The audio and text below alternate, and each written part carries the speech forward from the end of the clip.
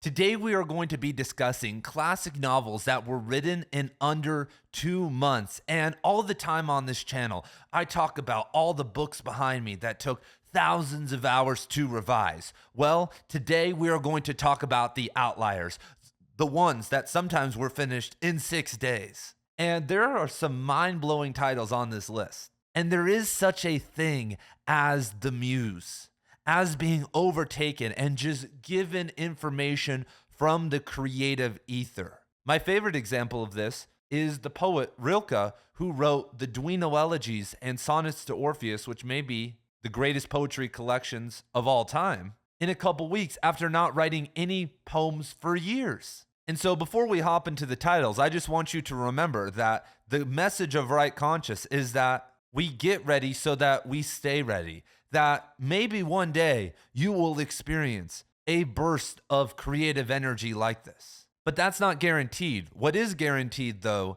is the time and effort that you can put in on the days that it is hard and there is no muse and there is no motivation. So book number 1 is from a living author and what inspired this video. And I was shocked when I read this quote because Kashiro Ishiguro is one of the best living novelists. He does unreliable narration better than anyone else. And he had a novel named Remains of the Day, which was turned into a movie with Anthony Hopkins about a butler. And in this novel, you are in the mind of this butler. So deep, more deep than you could possibly imagine. And it's so frustrating to read at times because there's like women that like him and he's just oblivious to all of it. But it's super high level writing. And I always use this as a great example for unreliable narration. And so Ishiguro, as we're about to see, wrote this in a month. And this is Ishiguro talking. I would, for a 4-week period, ruthlessly clear my diary and go on what we somewhat mysteriously called a crash. During the crash, I would do nothing but write from 9 a.m. to 10:30 p.m., Monday through Saturday. I'd get 1 hour off for lunch and 2 for dinner. I'd not see, let alone answer, any mail and would not go near the phone. No one would come to the house. Lorna, despite her own busy schedule, would for this period do my share of the cooking and housework. In this way, so we hoped, I'd not only complete more work quantitatively, but reach a mental state in which my fictional world was more real to me than the actual one. And so this is actually a really cool thought, that to get in this idea of the butler, much like what method actors do, Ishiguro was method writing. That for some of you guys, if you've ever had this happen to you before, where you have 8 hours to write a day and you actually write, because I know a lot of people who have a bunch of free time every day and call themselves writers. And I'm someone in this camp right now. I have a ton of free time every day. I'm not writing 8 hours a day right now, but I have before. And when I was in that state, I was immersed in that fictional world. But what was interesting about Ishiguro is that Remains of the Day is Kashiro Ishiguro's third novel. And I just made a video about why your third novel may be your best novel, because you finally know how to finish a project. You are still fresh. You haven't fleshed out too many ideas yet, because we've all seen authors before that in some of their later books feel like they're just kind of circling the drain with the same ideas. And in Ishiguro's first 2 books, A Pale View of the Hills and An Artist of the Floating World, which took place in Japan, he really does a beautiful job with this unreliable narration thing. So it was almost like he was training in the dojo and he wasn't doing something new. You know, I know authors who, I'm going to write a Western sci-fi, then I'm going to write a literary fiction behemoth. And it's like, they're not actually training in the same genre and in the same mindset. So Ishiguro was training and then wrote, as we see here, with 3 hours off, 11 hours a day for 30 days. Which is around 300 hours of writing. And it's also around 330 words an hour of writing. And so that's interesting, because you and I could sit down and write fiction at the rate of 300 words per hour. That's not too intense, but this was the draft. This was the only draft. This is what he did. And so in an hour, I mean, obviously he had an editor. I'm sure that was great, but he was writing and revising high-level fiction at 300 words per hour, which is pretty immense. And what's really cool about this is that Ishiguro took 6 years to write his, what many people call his masterpiece, The Unconsoled, which is unreliable narration on steroids, just a fever dream of a novel. And it took him so long to write because in another video, I'll talk about this, he was like almost systematizing dreams and memories and creating a language of how to do unreliable narration and how to mix memory and dreams with a systematic approach. And so it's an interesting kind of contrast here that he went really fast on this one novel and then sat down and really thought it out for the next one. But The Unconsoled is one of Ishiguro's least liked novels and least read novels, and Remains of the Day has sold millions of copies. So, it's just kind of funny. But this is what training does. Sometimes maybe doing something fast can help you move on to something better. And so I don't see a problem with maybe doing what one may think is a lesser work to move on and be a bridge to a better work. I talk about books being kind of a legacy thing all the time, but if you have an editor and they are good enough to pull it together, you can do bridge projects and it's not going to necessarily hurt your legacy and may actually be better for your legacy, because when you start getting too deep into these complicated dream narratives, or like what Cormac McCarthy was doing with these super revised novels, people aren't going to like them. Cormac McCarthy didn't blow up his career until he wrote a more simple novel with all the pretty horses. And so it's also an interesting thing to know. So next on the list is, of course, Kafka's The Metamorphosis, which was written in just a couple weeks. And this is a novella, so I don't know if this counts, but I kind of want to bring something up here which I think is really important. And it's this idea of the creative ether. And I want to ask you right now, do you believe in it? Where do these creative ideas come from? Are they all from within? Are they all from you? Big boy Bob with your big ideas? Or does something out there exist? Because I thought that everyone believed in the creative ether and has felt it before. But a couple months ago, I somehow stumbled upon this thread where people were talking crap about Joe Rogan. And the top comment was, he's been bringing up this idea of the creative ether recently to his guests. What a bunch of pseudoscience nonsense. And everyone was like, yeah. And I was like, wait, I'm pretty sure most artists all throughout history would say, these ideas do not come from me. And when I look at many of the works that we're going to talk about today, they are so influential and really almost make me believe, if we want to talk about some pseudoscience, that's actually true. This idea of the collective unconscious, that there are people and who are perfect in the moment, who can tap in to not just what the society in the moment needs, but what society in the future needs. So, of course, The Metamorphosis was one of the first postmodern innovative works that came out. Think about it, 1912, Kafka had tapped into the modern anxieties that many of us feel today. Over 100 years ago, like really wild stuff. And speaking of modern anxieties, another novel that was written in 6 weeks and then was revised again for 6 weeks was Dr. Jekyll and Mr. Hyde, which was an early exploration of, or one could say not so late, but a really good exploration of the dualism within us, good and evil, and the failure to acknowledge that evil within us will always lead to destruction. And this is also a major theme in Mary Shelley's Frankenstein, which was written in just a couple months. Talk about innovation. And Victor in this, is a genius, right? He creates this monster. He taps into death and, resurrects the monster, but he keeps fainting. He doesn't want to acknowledge his dark side of creation. And he doesn't want to create a perfect unity. He doesn't want to give the monster a wife so that he can live happy. He doesn't want to tap into it one more time and acknowledge the malignant masculine and feminine that all of us have within us. And thus he, has to flee, and eventually it will kill you. And this is something that is actually true. There are so many people out there who are killing themselves slowly at corporate jobs and doing so many different things because they aren't letting their creativity come out. Because the worst thing you can do as an artist is become an artist and then not cultivate that through the years. Watching failed artists have to get into addictions and have midlife crises and all this other stuff is terrible to watch, because they wouldn't need any of that if they continued to nurture that creativity within. And so that's my interpretation of what Shelley was doing in her work. And speaking of transformation, one of the most impactful novels on me personally was Jack Kerouac's On the Road, which was written in 3 weeks. Just a total fever dream on one scroll of paper. And this novel inspired me to go hitchhiking. This and Dharma Bums inspired me to go hitchhiking from Utah all the way up to Calgary. And I had a ton of crazy experiences. The craziest of which, and I haven't told this story in months, is that I got picked up in Idaho. I got picked up in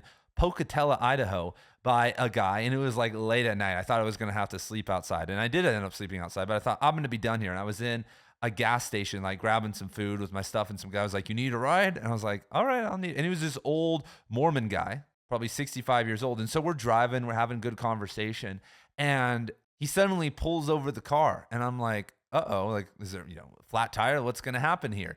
And funny enough, before that, the guy who had picked me up had told me that he had just gotten out of prison. So during that ride, I was like, what'd you go to prison for 9 years? But this other guy wasn't sketched out at all. But then he pulls over and he says, "This is where my son picked up a hitchhiker 15 years ago."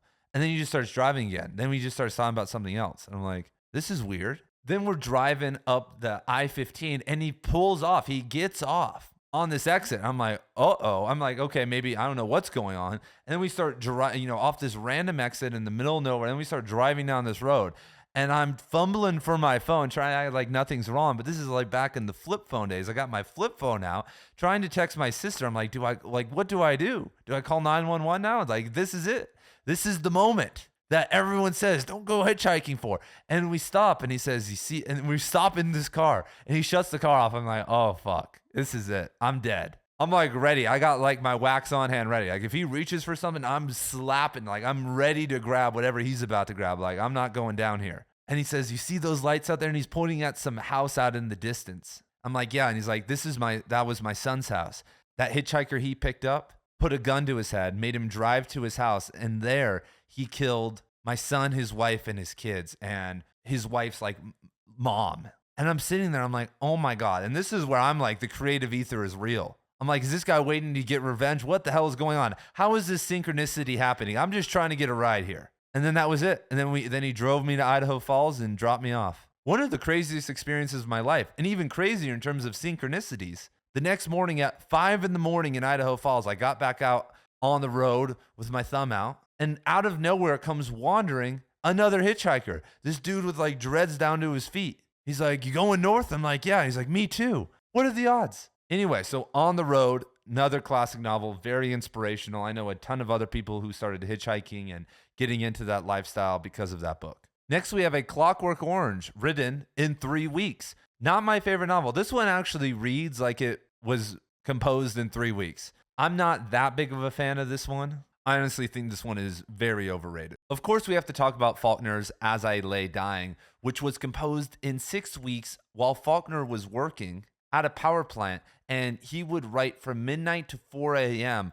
on a wheelbarrow he had turned over. And so I say this all the time, that if you want to be a writer, then you need to make sure that you have a job that lets you read or write on the job, especially during the early part of your career. Because if you have a job that takes a ton of your energy away, then you'll have no energy for experiencing life and reading and then writing. But if you have a job that is either super chill and takes no energy, or even better, allows you to at least maybe even listen to podcasts or read or write, then you are going to get so much time back. I specifically worked security jobs, graveyard shift for years because I could just read the entire time. Nothing was going on. It was some of the most productive years of my life because I would just show up at this job and I wouldn't bring a phone. I'd bring a CD player and a stack of books and a pen and paper. And so that's how I got through, for instance, can't really see him down here, Will Durant's Story of Civilization series and all of Winston Churchill's books and like kind of the decline and fall of the Roman Empire, Spangler, because it was more boring to sit there than not read. And As I Lay Dying, which was first published in 1930, was so innovative and basically one of the progenitors of postmodernism, along with Proust and Joyce and others, but in the American tradition, because in it, there are 59 chapters, each from a different point of view. And when you look at things like magical realism, Gabriel Garcia Marquez was a fan of Faulkner. Toni Morrison, with some of her novels like Beloved and The Bluest Eye, if I remember correctly, do the exact same thing with the shifting monologues. They got a lot of that from Faulkner. And obviously Morrison, who was a fan of Southern literature, was indebted to Faulkner. And when you look at the deep psychological probing that Faulkner does, guys like DeLillo and David Foster Wallace and Pynchon and others that we all love look to Faulkner, the American, lineage holder of that tradition. And then, obviously, in terms of Southern Gothic literature, Cormac McCarthy and Flannery O'Connor were very much indebted to Faulkner, and especially this book, written in only 6 weeks. Then, when you get outside of fiction, and I could get into plays, but plays are pretty short. The Communist Manifesto, and I picked this book cover because it just looks so cheesy. One of the most influential books of all time, 6 weeks to write. And I understand that nonfiction is much easier to just kind of blow through.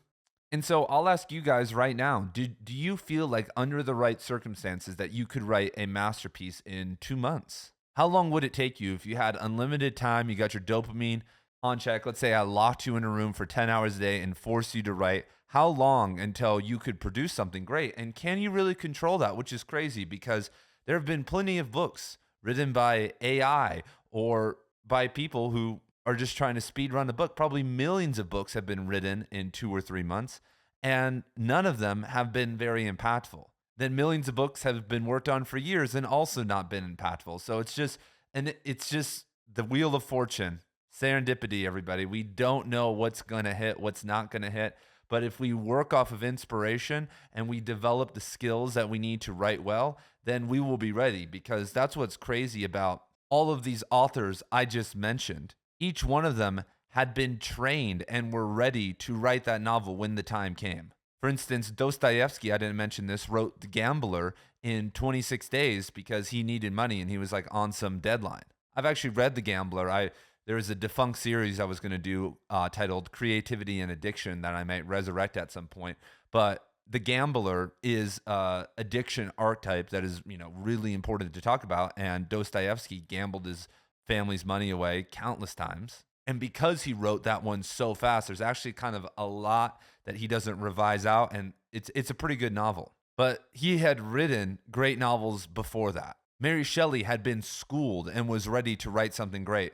Stevenson, Kafka were already OGs. And when you take into account their early life and their education and how much more serious it is, than most of ours was, then you will see like, wow, they actually put in this extra work. That's something a lot of people never think about, that I try to drill into the ether, that even if you went to a good school and you took honors classes, NAP classes, compared to most authors when they graduated high school, you were way far behind, not just in the academic world, but in the natural world. Faulkner and Cormac McCarthy were having conversations with men who had been in the Civil War or who were alive during the Civil War, and ex-slaves or the children of slaves, and had no technology to distract them. They were spending a ton of time in nature. And so, boom, there you guys have it. Thank you guys for being here. If you guys want to support me, I am on Substack.com, where the literary renaissance is always happening. If you guys want to go support me over there, the link is down in the description below. I have a book club over there,